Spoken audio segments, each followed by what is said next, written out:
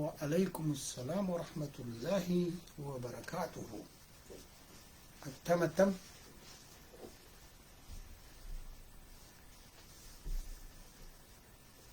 دبلا دينسا دبلا دينسا بيكا دبلا دينسا بيتا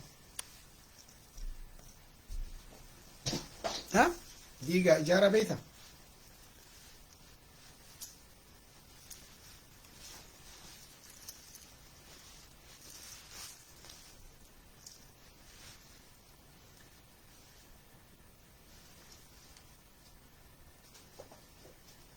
أهلين أقل من سيلو بيه كيتشن بريسا انتهين حرك بيه كيتش جبت بريتي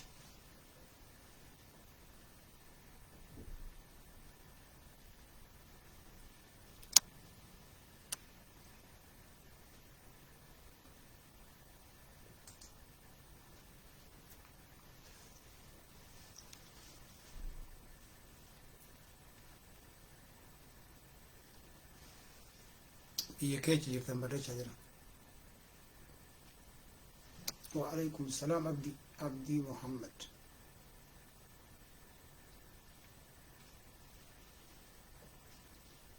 بيه كيتش جبت بيه أما كيس جبت بيه تلاتة نسوندين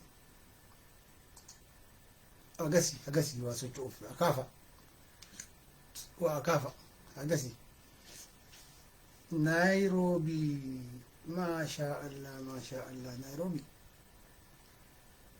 دبلا جوهر نيروبي يا سويدن أوروميا إرا أبو خالد ما شاء الله أبو خالد كويت إرا بالي روبي سياتل كنا مليا ليلي أورومو تريبا ليلي ليا وهي تنجر ليا انجرتي أصحاب الفيل ليا لوس أنجلس from South Africa ما شاء الله روبي إرا كم رغاتي إنه كنا لذيذ موسى كن أصير كجيب من دلقون بيتامي كجيب ناني بلوكي تاتا رغاك فدبت تسي سعودي إرا جين إير إرا أنت نقول أنت سعودي عربية إيه حركة تكوما كان لم يبقى تاني مرسيك عمد سكو سعودي إرا إن ديم لهراتي في بريد هون لا أوكي نجاجا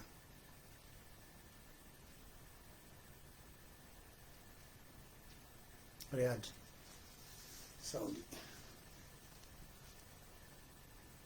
سلا سعودي لم يسمر غلاء ملين مكينا باي جرا چورا from South Africa كم لغات والله باريس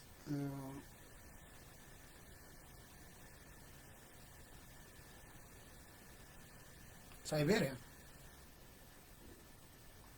دوها كواتر. السلام عليكم ورحمة الله تعالى وبركاته. أمني كينيا كم يرتو بيارا نجاها بجيراتني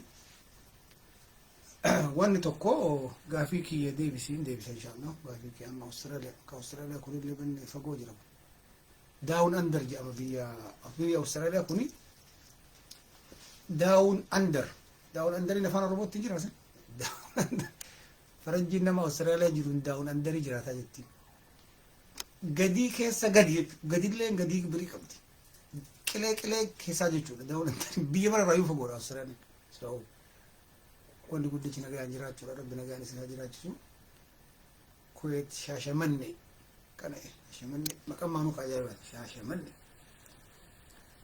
مكانو مكابريد akkam jirtu nagaa fayyaa keessanii walumaa galatti wanni nuti haga humna keenyatti goonu uummanni keenya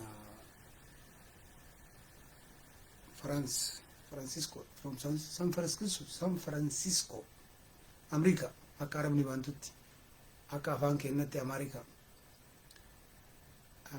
United States of America okay namni biyyaan jiru kana jiru jiraam hin jiru. Baga jiraattan akka gaarii bagaadhaan guyyaarraa sa'aatii ammaatiin isin gahe. Assalaamu alaikum wa rahmatullahi ta'ala wa barakaatuh. Waan tokko lama waan ajaa'ibee amma walgahiin keenya ka uummanni keenya godhaa jiru bareeda tahe deemaa ture. Jawaaris siyaasaadhaan bilchaatee gadi bahe maashaallah rabbi umrii isaa kaa'u. Amma siyaasaa dhugaa deemsisaa jira. Dhugaa malee ummata kiyyatti hin himuu jedhe. Wanni Oromoon dhabdee lafa qofaa miti.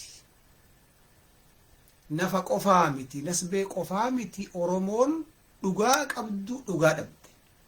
Dhaaba siyaasaa haa ta'u, nama isaanin deemna jedhee as bahee haa ta'u, dhugaa Oromootti himuu dhabde.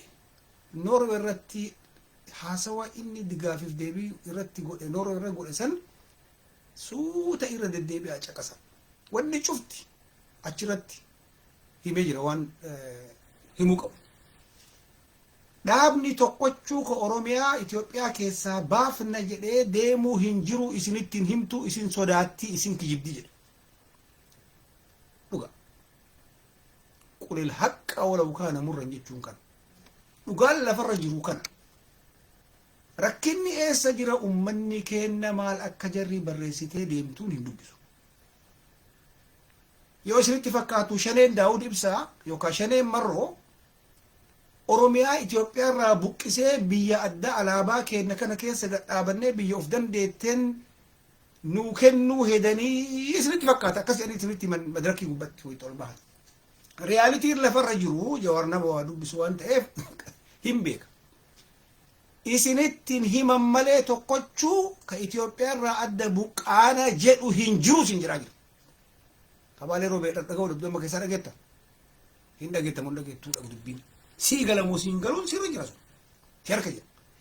Riyaalitiin 2000 akka faranjiititti bara 2000tti jijjiirtee jirti manifestuu isii Shaneen akka gaafa Daawud Ibsaa maafiyaan Daawud Ibsaa teek ooverii godhe jijjiirame jira. Barreessan jedha. Itoophiyaa keessatti akkuma sabaaf sablammoota biriitti mirga soquu deemti malee adda buqqisuu ka deemu tokkochi jiru. Dhugaa jirutu kana. Si wayita si dhufan mallaqa sirraa guurachuu fi bilisummaa hin bilisoomnaa sin jedhan. Hin bilisoomna jechuun baay'ee wayi hin buqqaana jechuun miti bara. Bilisummaa jechuun firiidamidha. Dhumate. Abbaa biyyummaa argattee filattee filamtee akka uummata kaanitti nagaddee uummata kaan hin qixxoomtee jiraachuudha bilisummaan. Adda baananii hin buqqaana jechuudha. Hin buqqifna yookaan buqqaana biyya san addatti jechuudha. Akkana sin jedhanitti himan kijiba kaa. Dhugaa lafarra jiru kana hubadhaa ilmaan Oromoo jiru.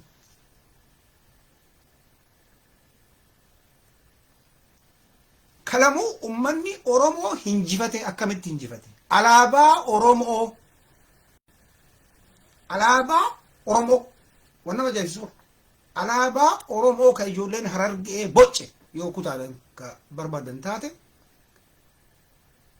sirba isaa itti baaftee boccee hiikaa isaa itti kennite alaabaa dhaaba tokkoo godhanii xiqqeessanii alaabaa nama 15tti duraa deebisan. Dhaabni nama 15tu zawwara nama 15tu deeman. Kun girrisaadha ka jala girrisu. Ka Wallaggaa jala girrisa, Baalee keessaa jala girrisa, Harargeen jala girrisa. Warri sharrii kana maree marzii kanaan deemu nama 15 maakalaayii koomite yookaan 11 12 agastiin ta'a. Marri isiitu dingisheedha. Marri isiitu horroo guduruuti. Kana understandii godhuu dhabdan. Dhaabni Oromoon barbaaddu diversity number 1. Diversity jechuun maal? Dhaaba sabni marruu uf keessatti argu. Dhaaba amantiin marruu uf keessatti argu. Dhaaba afooshan marruu uf keessatti argu. Dhaaba shamarran marruu uf keessatti argan. Dhaaba shabaabni marruu uf keessatti argu. Ila kuunuu namni kiyya kanaa mormu achi keessa jira. Yoo sitti fakkaatu dingisheen garraa sanii dhuftee Baaleetti asfaaltii si ijaarti yoo mataan kee. Kabirii mirga kan kee harka kee jiru ka ati dhuunfachuu qabduu fi shaaxira madaraka irratti dalagamaa jiru si ibsa Baalee roobi caqas. Namni birisitti numu kana sheemii qaba. Hin saalfata. Kanaaf gabroome. Asoo maan qabne namaa kutee kenna. Asoo beela jiru nama nyaachisa. Kun sii galuun barbaachisaadha. nam tokko kasitti mu qulqulluu adii jirtu lafarra jiraatuun barbaachisaadha. Sikire madrakii ummanni keenya Awurooppaa irratti qopheessu alaabaa ofii afatee hayyuu isaa itti simatu san take overii gooti shanee akkamitti tasgabbiin caqas yeroo madrakiin tokko uumamu yeroo isteejiin tokko uumamu bakki itti namni wal gahee haasa'ee hayyuu isaa wajjin mari'atu akka Maanchisterii godhame kun akka Berliin godhame kun akka Oslo godhame kun uumamu akka Stockholmitti godhame sun uumamu madrakii san namoonni marra'an gara ofii barbaadanii fi waan ofii barbaadan achi gubbatti ibsanii calaqqisan. Kuni nama siyaasaa keessa turetu galaaf nama keenya miskiin hin galu. Akkamitti? For example, Oromoon aadaa eebbaa qabdi. Namoonni keenya ka amantiitu walgahii eebbisee bana aadaa keenya aadaa Oromoo cufaati walii galarratti. Eebbi kun garuu namoota achi keessa baay'aturraa amantii sanirraa dura eebbifamu qabu. Yoo nama waaqiin xalutti maarame yeroo maraa fidaniit amantii xiqqarraa dura fidanii sirriitti eebbisiisan. Maaliif majority raayitiin asirraa jalqabu qabu. Awurooppaa wal ga'u keessaa harki 80 ol ummata islaamati. Amantiin islaamaa dura eebbifamuu qaba achirratti. Sheeyni bahee nutti qara'uu qaba dura. Itti aana amantii pheenxeti. Itti aana ortodoksii. Steepin isaa akkana ta'uu qaba. Lammaffaa namni achirratti madrakii san moonitirii godhuu ummanni itti amanee ka filatu ta'uu qaba. Maaliif isin jedhe kana beektu? For example gaafiif deebii yoo jalqabe abbaa barbaadanii kennan. Kuni siistama amaarri itti waggaa hagamii nu bitte. Kaameeraa nama barbaadan irratti qaban. Namni shanee tokko achi koosiraate shanee san irratti qaban. Wanna naasa'u kuni Oromoo addaan baasoo si fakkaate siyaasarraa fagoo jirta. Qixxummatu akkana dhufa. Bilisummaa san keessatti qixxeetti ka fayyadamtutu akkana. Ka moromaa jiru Itoophiyaa keessatti ka irra guddaa taayitaa guddaa haa argatu jira Jawaar miti. Kafaan akkas raami itti haftee nu kana barbaanna. Oromoon yoo ministeera Itoophiyaa keessatti 10 taate Amaarri 3 4 5 yoo ta'e Sidaaman 1 2 yoo ta'e biisuun nagayaan deemti jechaa raami. Baay'inni Oromoo yoo fudhatame akkuma jirtuttu Oromoo Islaamattu majority. Taayitaa san keessatti uf arguu dhabuuf har'a salaalee nu bitaa jirti. Naman qopheeffanne naman qabnu sun rakkoo kenna. Saniif fudhannee abeet salaalee bita. Isin orma kenna afaan kennaa soitanii garuu lafa nuu kennaa waliin jennuuf kanaaf. Hubannoon yeroo maraa barbaachisa. Ija qalbii qabduu waa laaluun yeroo maraa barbaachisa. Waan har'an gaafatiin bor argachuu hin dandeettu. Har'a qixxee dhaabattee waan si gahuun bakka si malu taa'utu barbaachisaadha. Ardumaan mirga kee moromta. Eegaree ammallee waggaa 50 mini hojii wal lolate jechuudha. Sirra kortee. Akka irra salaalee irra biyya nu godhaatu kan.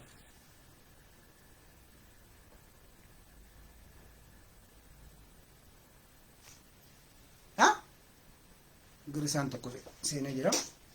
Mana siree. Jaalala sii goonaa qaba. Maqaan isaa Mustafaa Muktaar ምናምን ሻቦ ሻሎ ምናምን መቃኑ ነው የሚብሲሳ ባይዘው መቃን ሳቱዩ ዲፋ መከና አነ ጀሃነም ደርበኝ አውል في ገዩ ሙስጠፋ ምናምን አንተም ብሎ ሙስጠፋ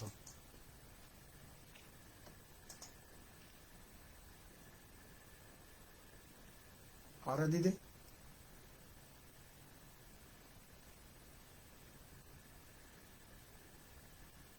Dekata ka diha mana makana asira. Argamera. Shaitan.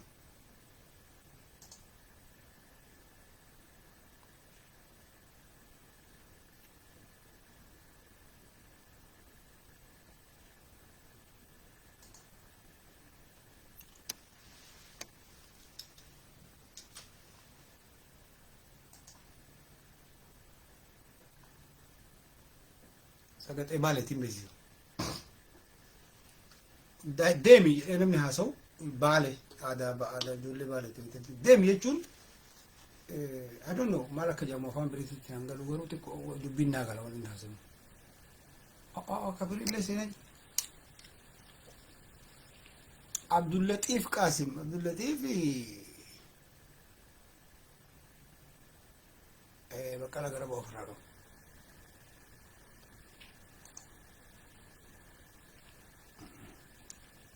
Sakandi takka dhiifamaa uummanni.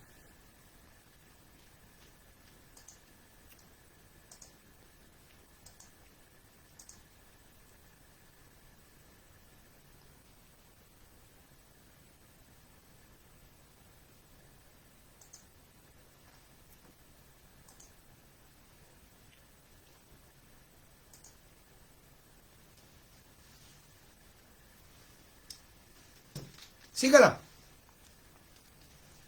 biyyoonni maajoritiin itti bulchu cufti isaa ummata maayinoritii ummata saba xiqqaa of keessatti illee akka qadrii keetitiin akka dheerina keetitiin qooda yoo fudhatte biyyi nagayaatti baheet ummanni wal kabajee nagayaan jiraata jechuudha.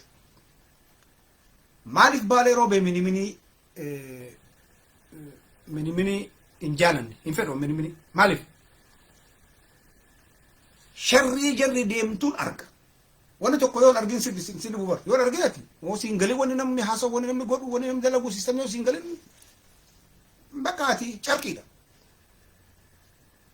waan godhamaa jiru agarra nuti gaafii jawaariin gaafii waa gaafatan jedhu baga gaafatan gaafiin gaafatamuu qaba gaafii waan qirsi jedhe cufa isaa gaafattee innillee deebii gayaa itti kennuu qaba kanatti nama garuu wal ijaaraniit maayikii walit kennaniit gaafii matakka irra deddeebi'anii maa gaafatan waa'ee waraanaa gaafatamee mi Swiidinitti bakka dhumatti maal gootaa eeguutti dhuftee gaafata amma siistemni jira dhufteen Ismaa'ilootatti kennaniit Ismaa'iloota siyaasaan beekne kana jiranii jiraan gaafachiisuu jalqaban. Kuni sharrii wahiitu deemaa jira jechaa turre. For example, ittaan haabte isaami ka gabbayee jawaar kaampaanii 23 qaba jedhe. Maa dhufee har'a isan moromin UK jiran lamaan fuula irratti dhufee maan moromin. Maan moromin kunoo siyaasaan beekaa yoo gabbayee boo akkana ka goote sun kaampaanii akkana qabda ragaa sitti qaba jedhee maa uummata irratti maan salphisin. Waay sigala abbatu ergi Tigreet ajaje boosii isaattu ajaje waan godhi jedhanii dhiisuu hin danda'u. Gaafa inni viidiyoo isa waraabamee adda isaa kana laala addi isaa kun akkanatti gaancuuriin fakkaatee walitti makame walitti akkanatti maal jedhe suphamee jibbaan isaa achirratti mul'atan. Jibbaan Oromoon baasu Oromoonni baasu qulqullina qofaa isin jechaa jiran. Dhugaa lafarra jirtu himu. Dhugaa malee isinitti hin biyya jawaat dhugaa himii waan mara. An amma eegal inni Noorwee irratti kadhumaa akkasitti gaafiif deebii warri Noorwee gaafatee madirakirra marashanee kaanii achuma bira taa'ee gaafatee deebiseef san arge qaallichi bilchaatee jira. An amma akka inni itti deemu kun naa ta'ee jira. Oromoon wanni dhabdee akira irratti illee dhugaadha. Dhugaan si qoyxi taayoo siin galin. Jinni achi keessa qaraatu immoo dhaabni waan namni wahii wal gahee akkana tunuutaa jedhee wal gahee namni hagoon ittiin masakamu manifestoo itti waraabate miti. Ummanni Oromoo akka Oromootitti intarastii qaba. Dhaaba fedhe deeggara, dhaaba fedhe jala deema, amantii fedhe jala deema, biyya fedhe keessa jiraata. Mirga keenya kana dhaabatti korojoo dhaabatti gaafa naqan sirraa muran jechuudha waan ati keessa jiru. Sigale kana fakkaata akkasitti ifa haasa'uu dhugaa nama sitti caqasuu dhugaan maali namichi waan fedhe haqa dhugaan jirtu tan jettee yoo deemte akkasitti sabni qarame ammoo waan fedhe filataa mirga ofii beekaa mirga ofii gaafataa mirga ofii argata kanuma gabaabinatti waan isin jechuu barbaadu